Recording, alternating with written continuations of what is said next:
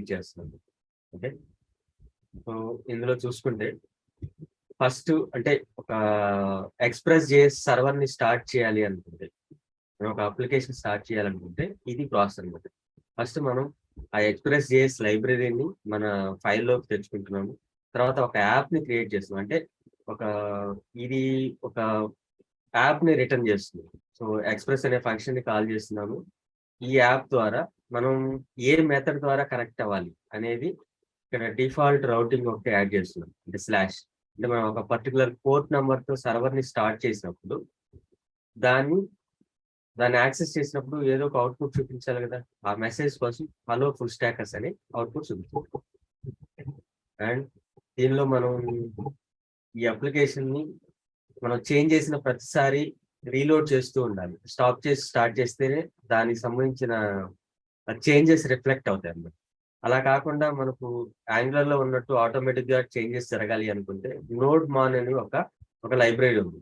Using that node Maan మనం application run చేస్తే మన అప్లికేషన్ లో ఉన్న ఫైల్స్ అన్నింటినీ వాచ్ చేస్తూ ఉంటుంది. ఏ ఫైల్లో ఏ చేంజ్ చేసినా అది ఆటోమేటిక్ గా సర్వర్ ని రీస్టార్ట్ చేస్తుంది. ఓకే, సో ఇలాగా ఇప్పుడు ఈ అప్లికేషన్ చూసుకుంటే దీని డిఫాల్ట్ గా మనం లోకల్ మెషిన్ లో యూజ్ చేస్తున్నాం కాబట్టి లోకల్ హోస్ట్ తో యాక్సెస్ చేస్తుంది. Local host and A port పైన లిజన్ చేస్తూ ఉన్నాం.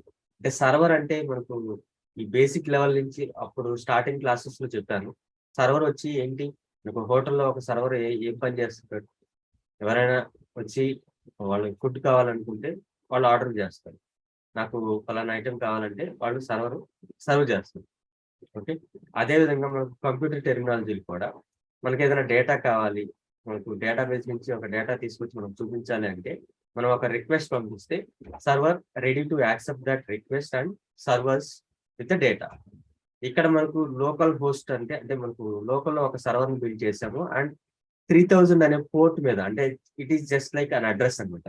అడ్రస్ మనకు ఫిజికల్ గా ఒక లొకేషన్ అనుకుంటే ఆ లొకేషన్ కి ఎలా వెళ్ళాలి ఏంటనేది అడ్రస్ ఎలా అయితే మెన్షన్ చేసుకుంటామో అదే విధంగా మనకు కంప్యూటర్లో ఒక కంప్యూటర్కి సంబంధించిన అడ్రస్ వచ్చి ఐపీ అడ్రస్.